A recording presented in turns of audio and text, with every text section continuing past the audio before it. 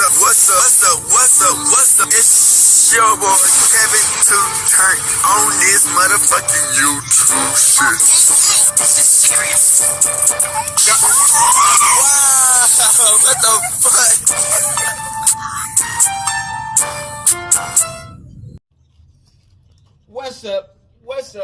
What's up? It's your boy. Can't tell you do shit. Hey man, say man, we are Liddy. Today, it's motherfucking day. Stay here outside. Big Crip in the gang. Stay here outside shit, man. Free Palestine, free Congo, Russia do your thing. And take stand the fuck up.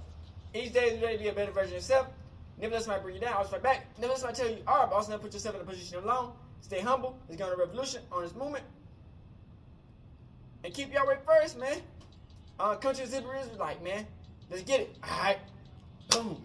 Today, it's a motherfucking day. Straight here outside. Big Crip and the gang outside shit. So a lot's been going on, man, in New York, man. They got the drones that's been flying around New York. You know what I'm saying? Diddy. You know, he got arrested. He had the key to the city. Now, this shit with the New York CEO killer. So, I guess they have found him now. But at first, they didn't know who it really was. They talking about they found this nigga at McDonald's.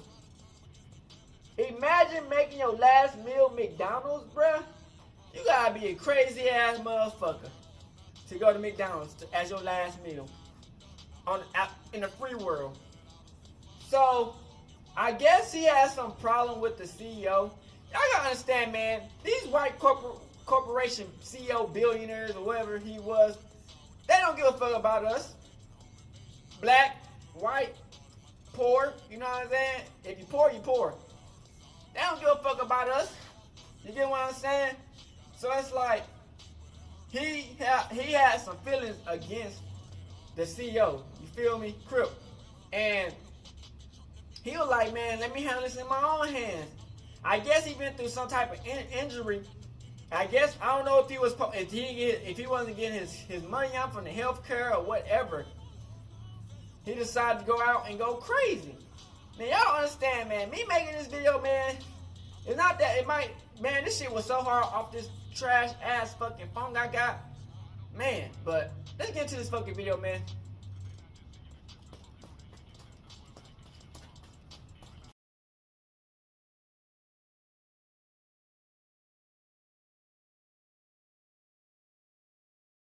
So this is the dude who, I guess allegedly shot the CEO of the United Healthcare in New York. Wild shit, man. Now, to the latest on the suspect in the CEO murder.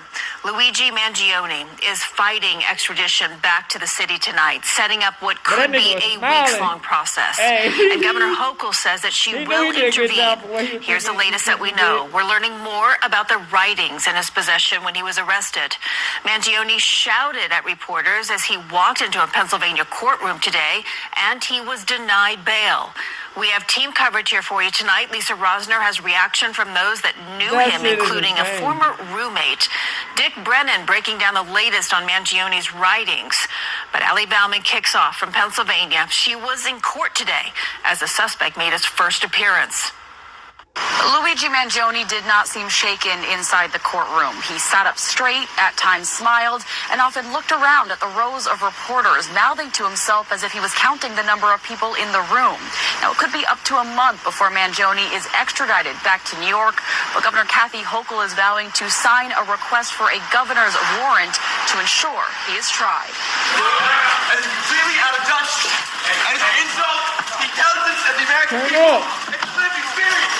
Luigi Mangione writhed and shouted on his way into a Pennsylvania courthouse Tuesday. Inside, his attorney contested his extradition to New York to face second-degree murder charges for the death of United Healthcare CEO Brian Thompson.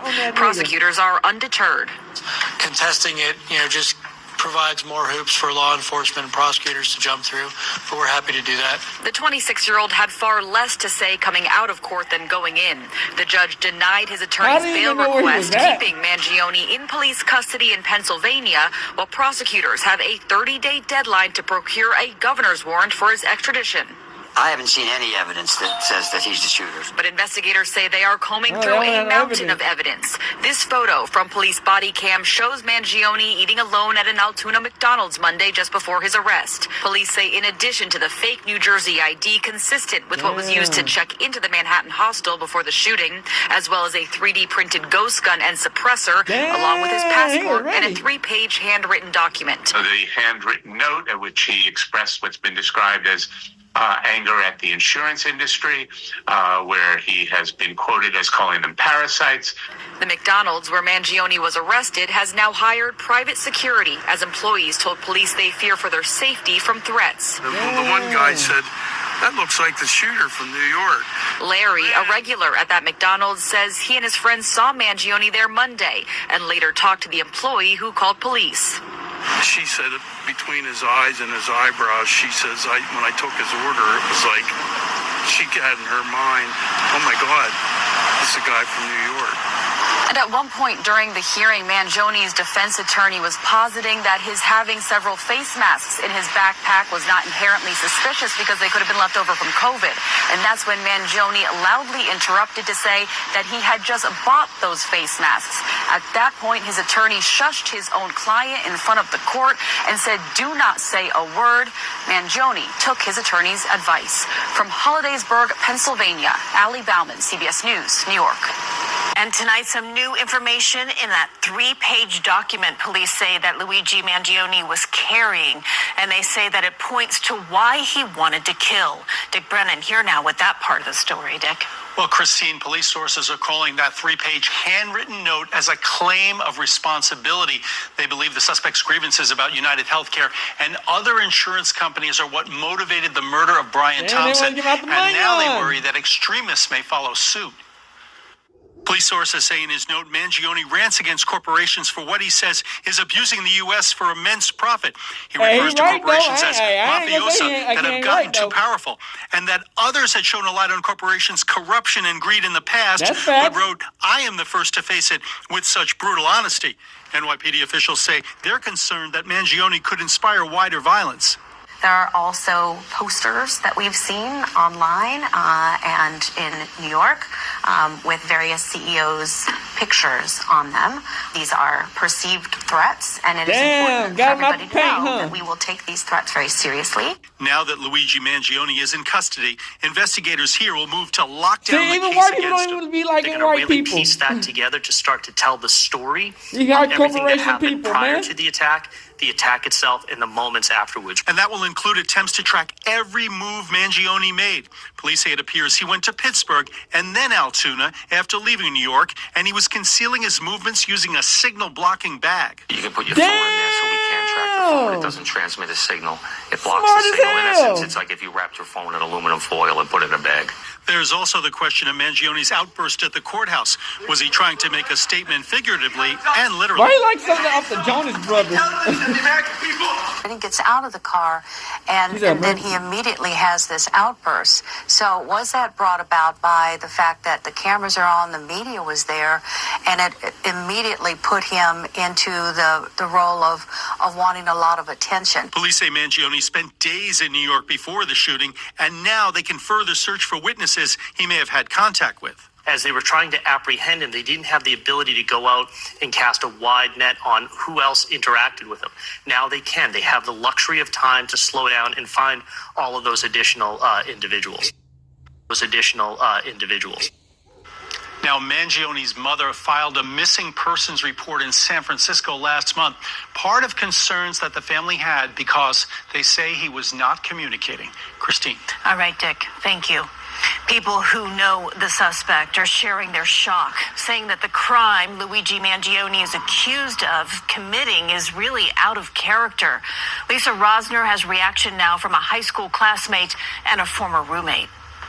Christine, his friends are bewildered, asking what happened between the last few months when they couldn't reach him and the fatal shooting outside this Hilton. I just feel heartbroken, somebody that I loved and cared about, that could have done something so hideous. An emotional R.J. Martin reflects on his former roommate Luigi Mangione from 2022. As the founder of the Surf Break co-living community in Hawaii, Martin says he vetted Mangione to see if he'd be a good fit. He wanted to be in Hawaii and stay healthy, experience different cultures. And the only times I noticed when he wasn't being social, I think, was when he was in severe pain. He was suffering from a spinal misalignment. Something had to do with his care the health home. insurance. So he always was weighing on him. Martin says Mangione facilitated deep conversations for the community's book club, which discussed the manifesto from the notorious Unabomber. Never once thought of it, that it would affect anyone's life or spur action for anyone in the group. Never once mentioned anything about violence. Never once did guns come up in a conversation.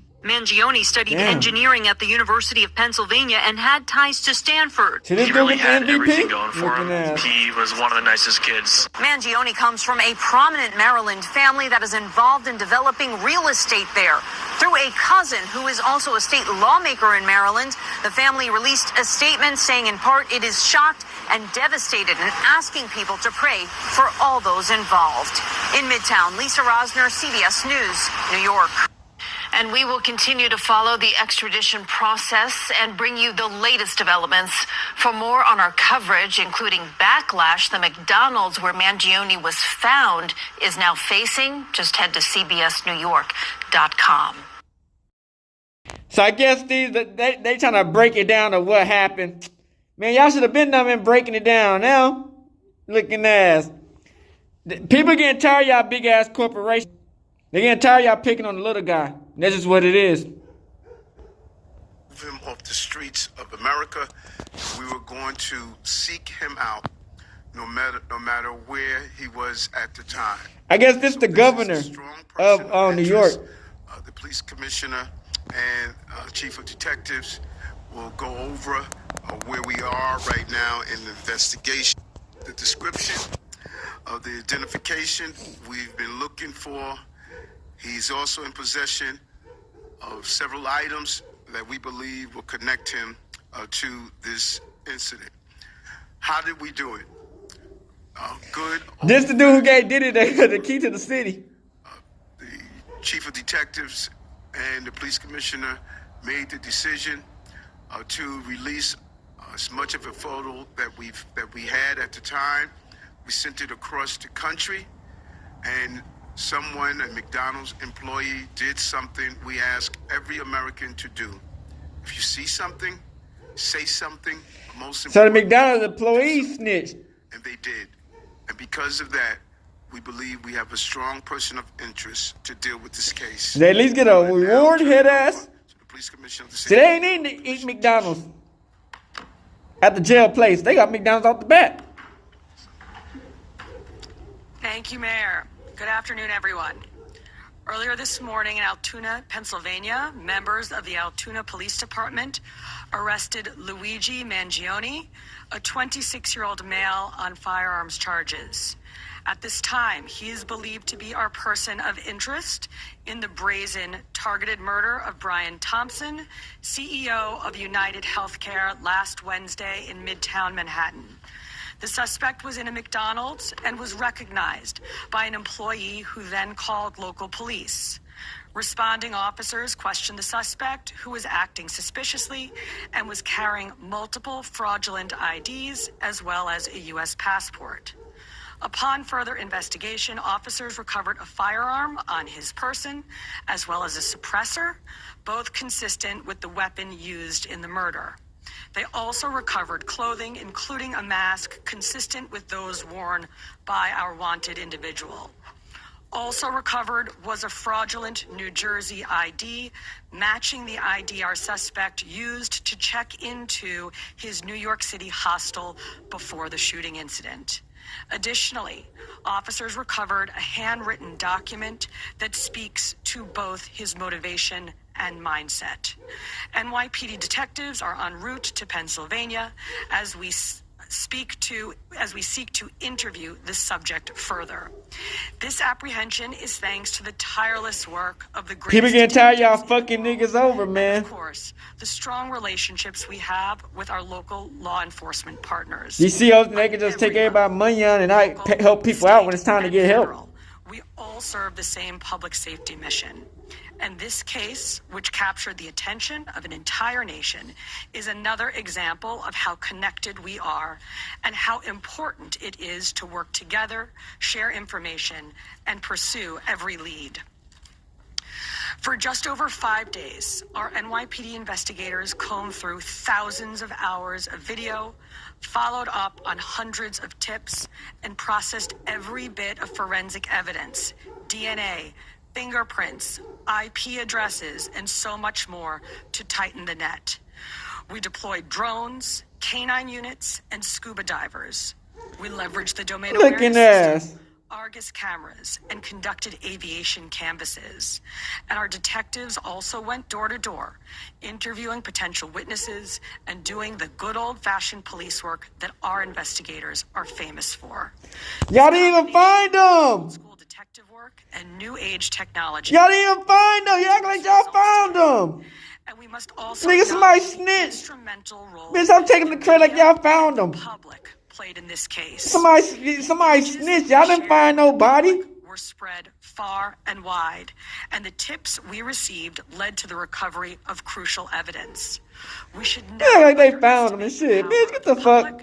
To be our eyes and our ears in these investigations. This is the third time in 3 weeks that a member of the public has seen something and said something and done something. Yeah, some big rats in New York. High-profile arrest. The triple stabbing homicide in Manhattan. The gunpoint robberies in Queens, during which an NYPD officer was shot. And now this. Now, the case will continue through the criminal justice process. And while we are proud of today's accomplishment, we must, of course, remember that a family is in mourning. I want to again extend my sympathies to Brian's family, his co-workers, and all who knew him. Finally, I want to thank the women and men of the NYPD, especially our Detective Bureau personnel, with a strong assist from our intelligence analysts.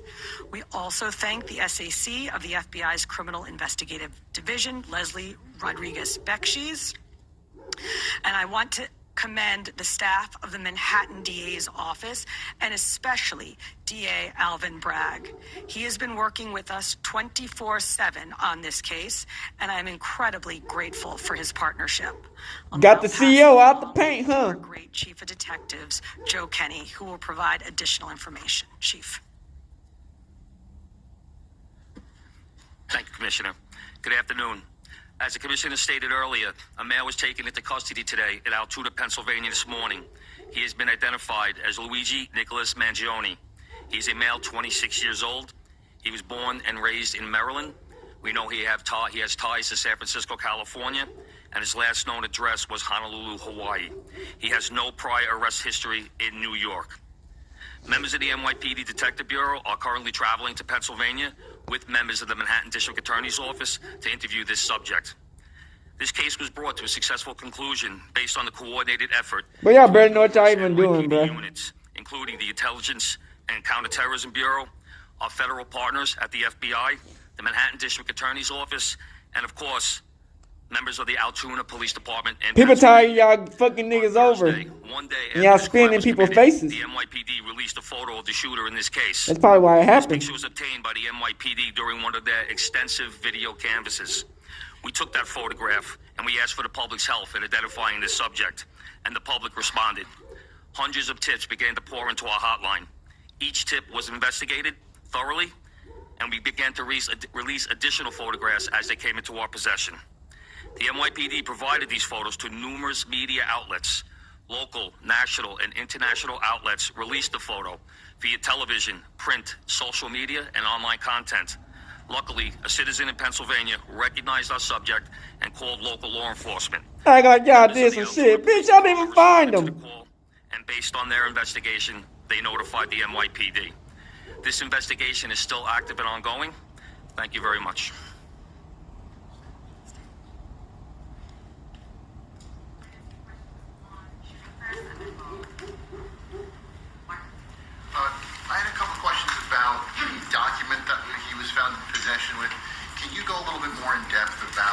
motivations that you mentioned, was that CEO specifically named in that document? Was there anything more about him wanting to go after others? And also in that document, was there any indication that explains us how the level of detail that he went into killing him? Like, is there anything? Like I said, that document is currently in the possession of the Altoona Police Department as part of their investigation.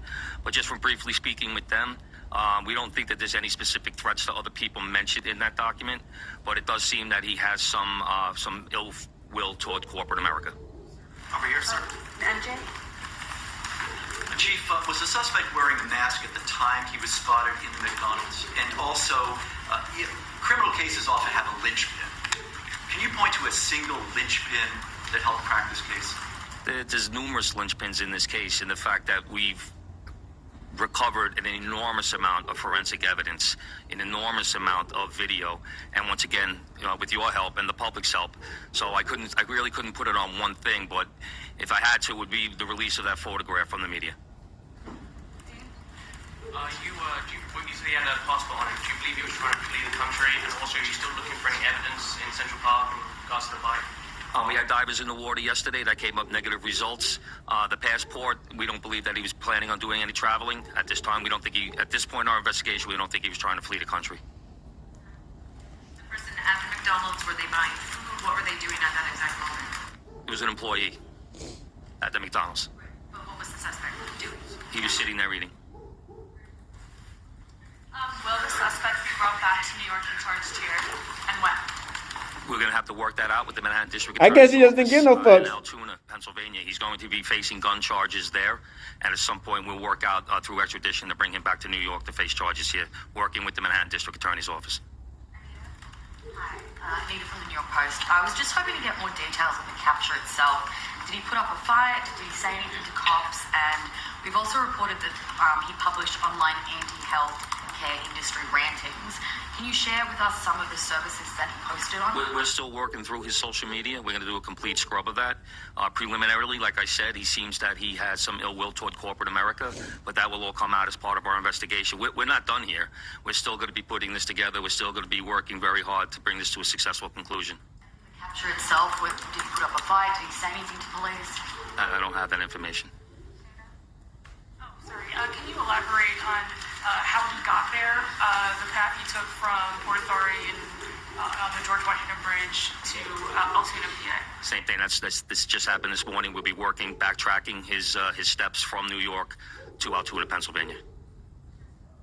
I was going to ask if you knew anything, if he took a bus to Philadelphia first and then somehow got to Altoona. But Hey man, you big corporation people, y'all not untouchable. I always remember that. Y'all are not untouchable. Once again, we're still working this You know what I'm saying? very hard. That's for anybody. That could come out 12. But as of right now, we have no Anybody. that took place. Chief, did he have any weapons or anything like that with him when he was arrested? He was in possession of a ghost gun that had the capability of firing a 9mm round and a suppressor. Get into a little bit about the technical aspects of the investigation. I know you deployed an unprecedented amount of technology.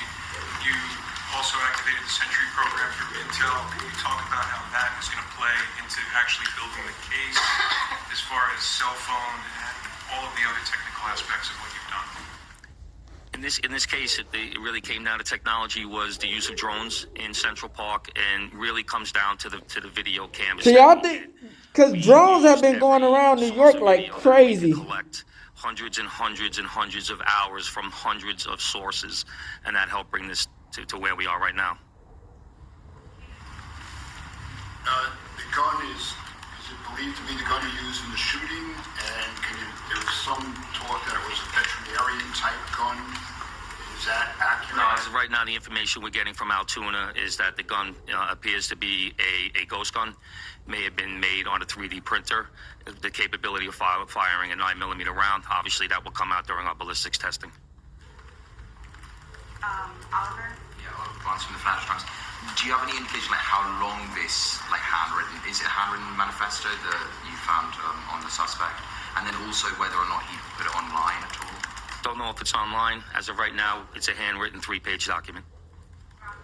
Chief, does he have ties to that area, and was he someone who you knew by name before his arrest? We believe he may have attended college in Pennsylvania, but like I said earlier, he has ties to Maryland and California and Hawaii. You knew him by name before today. Was his name on your radar? Excuse me? Was his name on your radar? Was he someone who you had been looking into before his arrest? No, we did not have his name prior to today. Does he have any prior arrests? I know there were none for New York City, but is there any prior arrests anywhere else in the country? We have not come across any arrests in the country. Chief, hi. On two things. On the ghost gun, is it something you're going to be looking into to see if he made it himself? Can he make that himself? Or would he have to buy the gun the way it was? No, once again, that would be part of our investigation as we follow up. I mean, obviously he's going to face murder charges, but is there any chance that he could face any other charges because he was targeting the CEO and because of his writings and other things that we're now finding on him? Federal charges or that determination will be made by Alvin Bragg. Yes, well, actually, does he have Pennsylvania, are they in Altoona specifically? We believe he attended college in Pennsylvania. Does he know anybody in Pennsylvania? Wouldn't be able to tell you that. Okay, we're going to take one more question. Shooting Marla. You talk about the manifesto having said things against corporations, but specifically United Healthcare, and do you believe that Mangione acted alone? We believe at this point, our investigation is leaning toward he was acting alone. So, like I stated earlier, we're still working through the investigation. We're not stopping today. And as far as the manifesto, like I said, I don't have the complete details of that. It's in the possession of the Altoona Police Department. Good job, Chief. Commissioner, Chief Manager.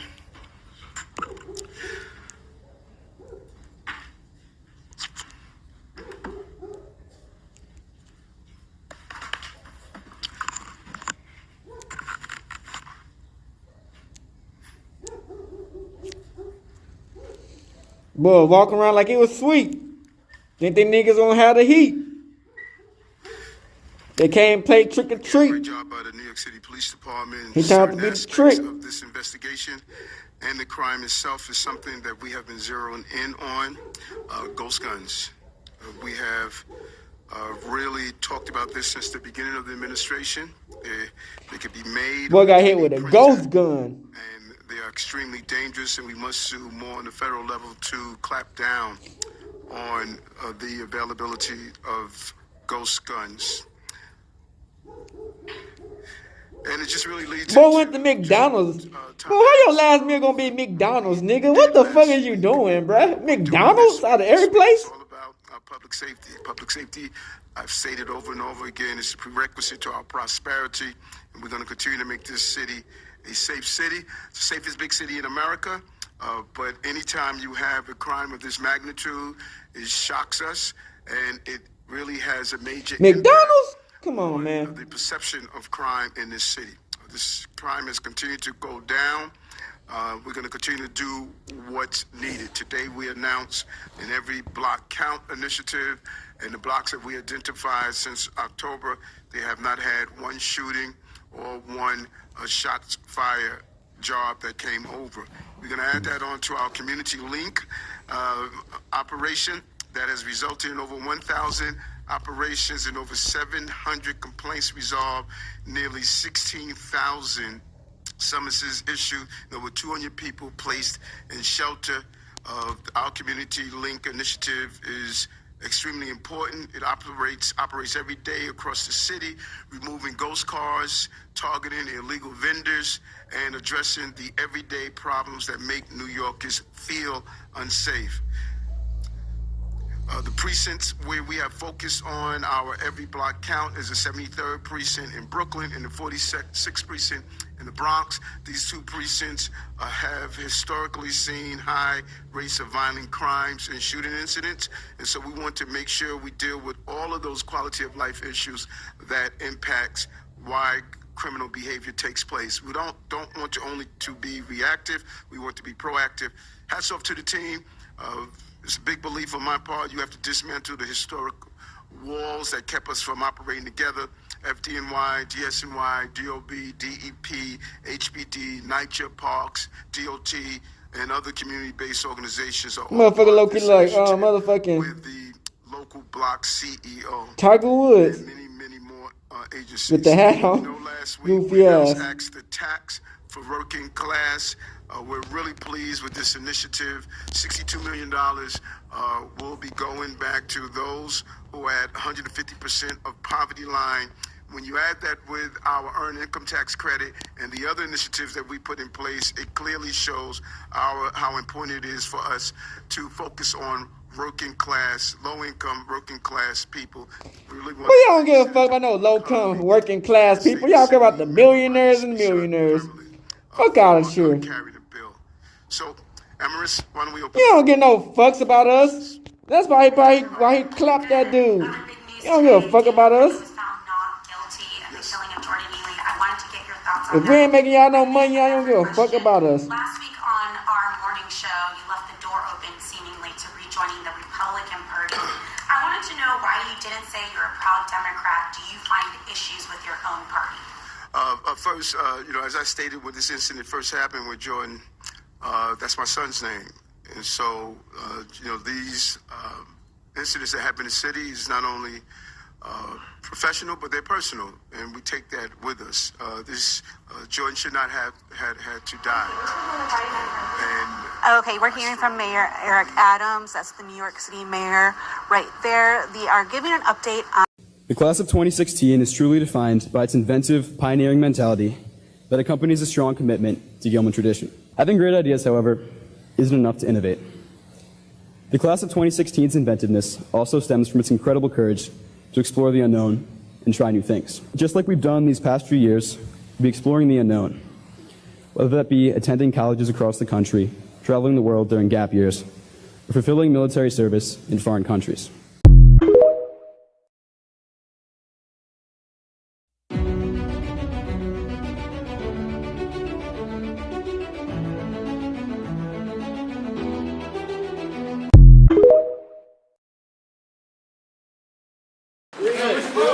As completely out of touch as an insult to the intelligence of the American people and the lived experience.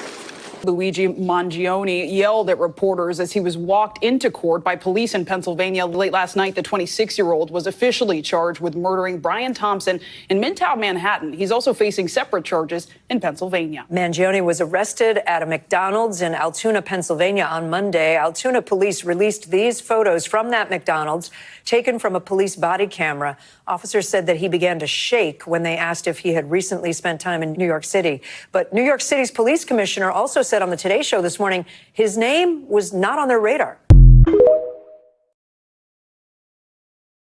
Why is everybody so upset about these guys? If it was me dying on the sidewalk, you'd walk right over me. I pass you every day and you don't notice me. But these guys, well, because Thomas Wayne cried about them on TV. Have you seen what it's like out there, Murray? Do you ever actually leave the studio? Everybody just yells and screams at each other. Nobody's civil anymore. Nobody thinks what it's like to be the other guy. You think men like Thomas Wayne ever think what it's like to be someone like me? To be somebody but themselves? They don't. They think that we'll just sit there and take it like good little boys. That we won't werewolf and go wild. Get what you fucking deserve!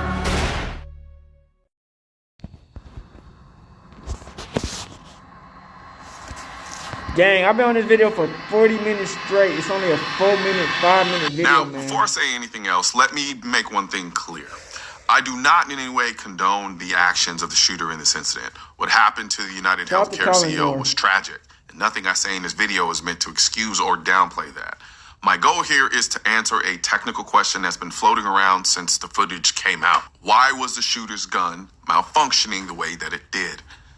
That's it. So, let's talk about it. Now, based on the video, it looks like the shooter was using a Glock setup similar to this, as you can see here, with a suppressor attached. Now, if you've seen the footage, you'll notice that after the first shot, the gun fails to cycle properly, forcing the shooter to manually rack the slide to chamber another round. This pattern repeated throughout the incident. The question is, why? Well, it boils down to one critical error in his setup. He didn't use a booster. For those of you who aren't familiar with a booster is a component that goes inside of the suppressor to counteract the weight it adds to the front of the gun. Without a booster, the suppressor's weight prevents the gun slide from cycling fully, which means it can't eject the spent casing or load a new round. In short, without a booster, the gun essentially becomes a single-shot firearm. And from what I can tell in this video, the shooter suppressor was directly threaded onto the barrel with no booster installed, which caused the malfunctions you see in the video. Here's what this looks like in action. When I use the suppressor with a booster, the gun works perfectly fine. I can fire multiple rounds and the slide cycles every time without issue. Now watch what happens when I use the same suppressor but remove the booster. The gun fires the first shot, but after that, I have to manually rack the slide to chamber the next round. This is exactly what was happening in the video. If you look closely at the footage, you can see the shooter fire a shot, pull the trigger again, and nothing happens. He then racks the slide, fires another shot, and then repeats the process. It's clear he wasn't expecting this malfunction, which suggests he didn't test the suppressor before using it. This is a textbook example of how improper gear setup can lead to malfunctions even in high-stress situations. Now, to be absolutely clear, understanding the mechanics of this malfunction doesn't excuse the actions of the shooter. What they did was reprehensible, but my purpose here is to simply provide a technical explanation for those wondering why the firearm didn't function as expected. This situation serves as a reminder, though. Check your gear. Check stuff to make sure it works. And, you know, this actually correlates to concealed carry, too. Because a lot of y'all just grab a gun, put ammo in it, rack around in it, and then go out the door. And you might be surprised one day if you have to use that gun that it won't cycle either because it doesn't like that ammo. But that's for another video that I'm going to do. With that said, let me know your thoughts in the comment section. Have you ever experienced a similar situation or malfunction with a suppressor? I'm pretty sure most of the gun guys that follow me already knew this, but this is for those people who really don't understand how suppressors work on handguns like that. So, tell me what you think. Leave a comment in the comment section. Oh, and I almost forgot. It's Christmas season, baby. And as a result of that, I'm going to give you guys a gift. Right now, it's shop.mrcoleonnoir.com. Most of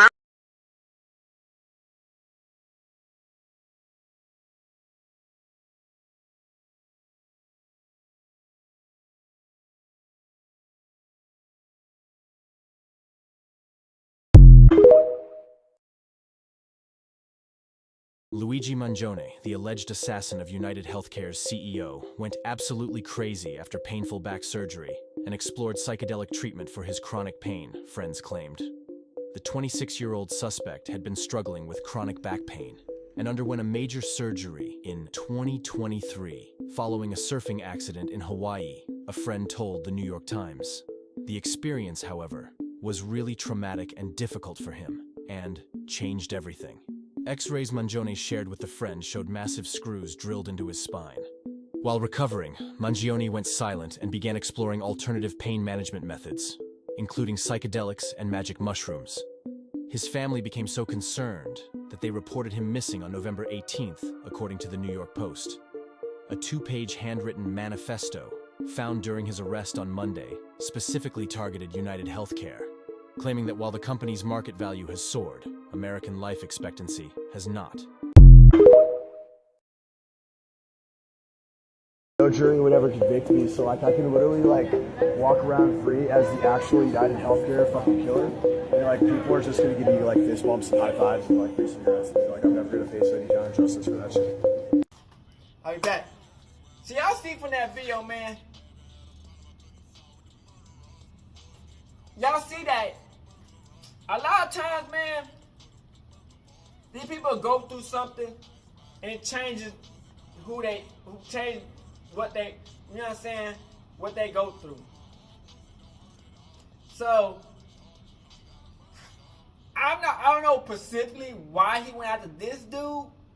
I don't know if he knew him or he just picked some random ass dude that was the CEO of it. You know what I'm saying? So he's like, if he might not know him, but I'm gonna take him out anyway because he's a part of the system. A lot of times, like I said, man, these motherfuckers are greedy. they don't give a fuck about us. You know what I'm saying? They want to keep us down. You get what I'm saying? And they making millions off of our tax money on. And a lot of times, they don't even give it back to us. Like, I got unemployment. I had about $2,000 in unemployment money on that I was supposed to get. So at first, I was getting it.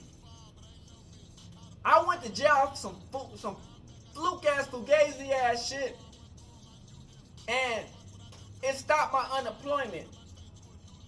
So I came back and tried to get my unemployment back again. I couldn't even get my unemployment the hard-earned money on that I earned through working. I couldn't even get it because they told me, I don't know why. They were just saying I couldn't even get it. So that's just the type of shit that nigga make somebody pissed off. When they deserve some money on that's ours, they get their money on. They get what they deserve out they shit. But when people deserve what we supposed to get, we don't get it. You know what I'm saying? So they have the whole police force. Them motherfuckers bozos. They ain't do shit. All they did was run to a car. They found out who did it. But they were looking in the streets and they were like, oh, turn the guy, you go get him. Nah, bitch, y'all had a snitch in that motherfucker who snitched on them and got him out the paint. Let's keep it 100, bruh. You know what I'm saying? So it's just like, they thinking that we just like motherfucking throwaways. You know what I'm saying? Animals and shit. They can just take everything from us, destroy us, and think that we ain't gonna fight back. So at the end of the day, man, hey, he took him out. You know what I'm saying? He got away for a good minute. I think he wanted to get caught. Cause in the video, you saw one of the videos, he's like, oh yeah, let me walk around.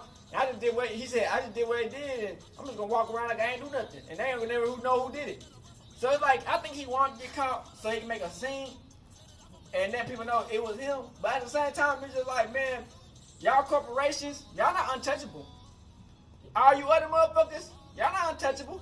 Y'all think y'all got a lot of money on, a lot of power. Y'all not untouchable. You know what I'm saying? Y'all never know. Y'all think it's sweet. You know what I'm saying? Now let's go see what they gonna do. Cause it's a white dude. If it was a black dude, death penalty. Off the bat, they would've gave the nigga the death penalty. You know what I'm saying? But it's a white dude, so who knows what they might do? They might get that nigga probation. But it's another white dude, you know what I'm saying? So if it was a black man, they probably would get that nigga probation. Who knows, man? So at the end of the day, man, we just gotta understand, man, that these corporations don't give a fuck about us. These CEOs don't give a fuck about us. Behind the scenes, they talking greasy about us. They talking about, let's see how much money we got these motherfuckers and ruin their lives. You get what I'm saying? So it's just like, at the end of the day, man, we gotta understand that we don't really know why these motherfuckers do what they do, but we kind of got a perception on why he did what he did, because, like he said, they was evil, greedy, corporate type of motherfuckers that don't want to help niggas out. You know what I'm saying? You expect some get some shit, and these motherfuckers say, no, I can't do it. It make anybody mad. You know what I'm saying? So it's just like, he took matters in his own hand, and who knows what's gonna happen at the end of the day, man. So, hey, we out this bitch. Hood, Northside, Big Crip in the gang, Northside shit. Hey, Dad, you know dog, when we link up, dog, this shit be legendary. Even though this is instrumental, you the engineer on it, so Kodak everywhere.